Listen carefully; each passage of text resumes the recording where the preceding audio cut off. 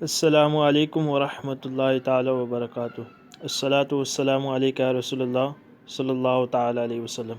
اللہم افتح علینا حکمتک وانشر علینا رحمتک یا ذا الجلال والاکرام۔ آج ہم پڑھیں گے درس نمبر 36 نصاب النحو کا، جس میں مرفوعات، منصوبات اور مجرورات کیا ہے اور کتنے ہیں وہ بتائیں گے ہمیں۔ تو آج کا درس بہت مختصر ہے۔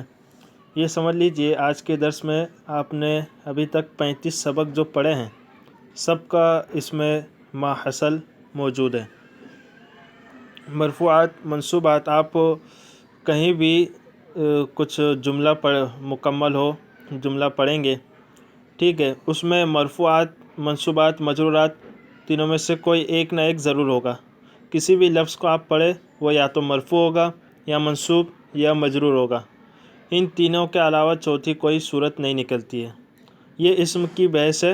اسم کی بحث آپ مکمل پڑھ چکے، یہ آخری درس ہے، انشاءاللہ اس کے بعد افعال کی بحث شروع ہوگی۔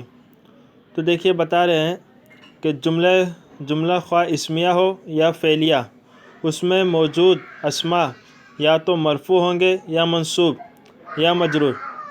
چنانچہ مرفوعات، منصوبات اور مجرورات بیان کیے جاتے ہیں۔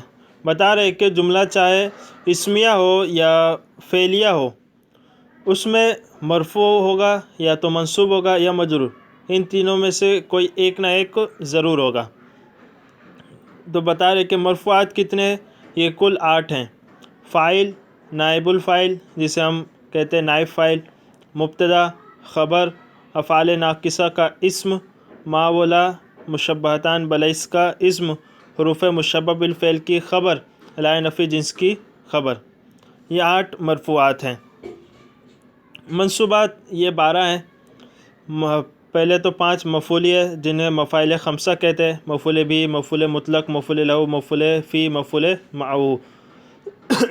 حال اور تمییز، مستثنی، افعال ناقصہ کی خبر، ما ولا مشبہتان بلیس کی خبر، حروف مشبہ بالفعل کا اسم، لا نفی جنس کا اسم۔ مجرورات یہ فقط 2 ہیں: مضاف الیہ اور مجرور بھی بحرف جر، یعنی جس پر حرف جر داخل ہو۔ تو بتا رہے نوٹ، مرفوعات، منصوبات، مجرورات کی کل تعداد 22 ہے۔ مرفوعات 8، منصوبات 12، 8 اور 12 20 ہو گئے، اور مجرورات 2 22، تو کل ان کی تعداد 22 ہے۔ اب ان میں سے ہر ایک کے متعلق آپ نے پچھلے اسباق میں بحث پڑھ لی۔ فاعل کسے کہتے ہیں، نائب فاعل کسے کہتے ہیں، مبتدا، خبر، ان تمام کے بارے میں آپ نے پڑھ لیا۔ مفاعل خمسہ، مفعول بھی، مفعول مطلق، مفعول لہ، یہ سب آپ نے پڑھ لیا ہے۔ آپ نے سمجھ لے کہ آدھے سے زیادہ نحو پڑھ چکے ہیں۔ اب جملے انہی کے اندر سے آئیں گے۔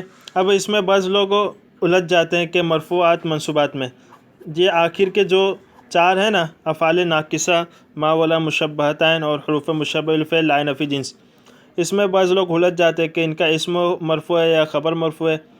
تو اس کو اس طریقے سے یاد کر لے، ایک ایک ان کی مثال ہمیشہ یاد رکھے ذہن میں، اس سے بہت فائدہ ہوگا۔ پھر یہ دیکھیے کہ افعال ناقصہ اور ما ولا مشبہتان بلیس، ان دونوں کا اسم مرفوع ہوتا ہے اور ان کی خبر منصوب۔ حروف مشبہ بالفعل اور لا نفی جنس، ان کی خبر مرفوع ہوتی ہے اور ان کا اسم منصوب۔ اس طریقے سے ان کو یاد کر لیں۔ اب پھر ہے تنبیہ، مرفوعات، منصوبات، مجرورات کی یہ تقسیم اسماء کے اعتبار سے ہے، ورنہ فعل مضارع بھی مرفوع و منصوب ہوتا ہے۔ تو یہ صرف اسماء کے اعتبار سے یہ تقسیم کیے، ورنہ فعل مضارع بھی مرفوع اور منصوب، مجرور و سب ہوتے ہیں۔ تو ان کی بحث افعال میں ہم پڑھیں گے انشاءاللہ۔ تو مشق دیکھیے، مشق میں کیا کہ مندرجہ ذیل جملوں میں موجود مرفوعات، منصوبات، مجرورات کی پہچان کرے۔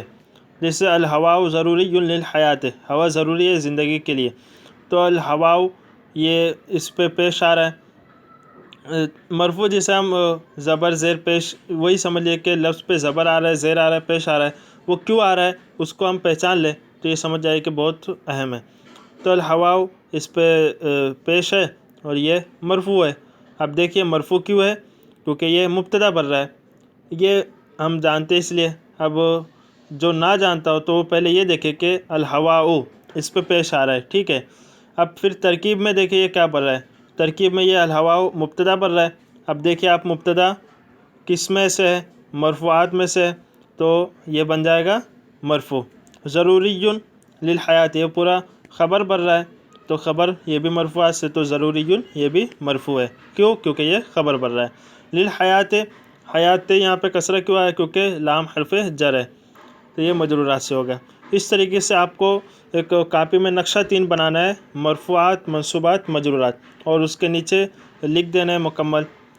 اور سب سے اہم یہ ہے اس میں تھوڑی دشواری تو آپ کو ہوگی، لیکن کوشش کرنا یہ اس پورے 35 سبق کا آج تک آپ نے جو اسباق پڑھے ہیں سب کا ماحصل ہے، تو اس میں خوب جتنا ہو سکے محنت کیجیے گا، سستی نہیں برتیے گا۔ اگر آپ نے تھوڑی بھی کوتاہی کی تو آپ کی ساری محنت بیکار ہو سکتی ہے۔ تو آپ کو یہ کرنا ہے کہ یہ تو آپ پہچان لیں گے انشاءاللہ کہ مرفوع کون ہے، منصوب کون ہے، مجرور کون ہے، لیکن مرفوعات میں سے کون سی قسم ہے مرفوع کی؟ مبتدا ہے، تو مبتدا آپ نے پہچان لیا۔ اب پھر مبتدا کی علامت اس میں کیا پائی جا رہی ہے وہ آپ مبتدا کے سبق سے معلوم کریں۔ خبر ہے تو خبر کی کیا علامت پائی جا رہی ہے، وہ خبر کے اسباق کو آپ دیکھیں۔ مفعول بھی ہے تو مفعول بھی کی کیا علامت پائی جا رہی ہے۔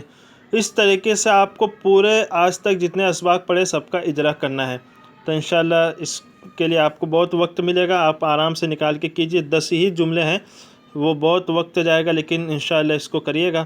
اگر کچھ نہ سمجھ میں آئے تو آپ انشاءاللہ ہم سے رابطہ کریں، ہم بتانے کی کوشش کریں گے۔ اگر کچھ بات نہ سمجھ میں آئے تو آپ پوچھیں۔ اللہ تبارک و تعالی ہم سب کو علم دین حاصل کر اس پر زیادہ سے زیادہ عمل کرنے کی توفیق عطا فرمائے۔ السلام علیکم ورحمۃ اللہ تعالی وبرکاتہ۔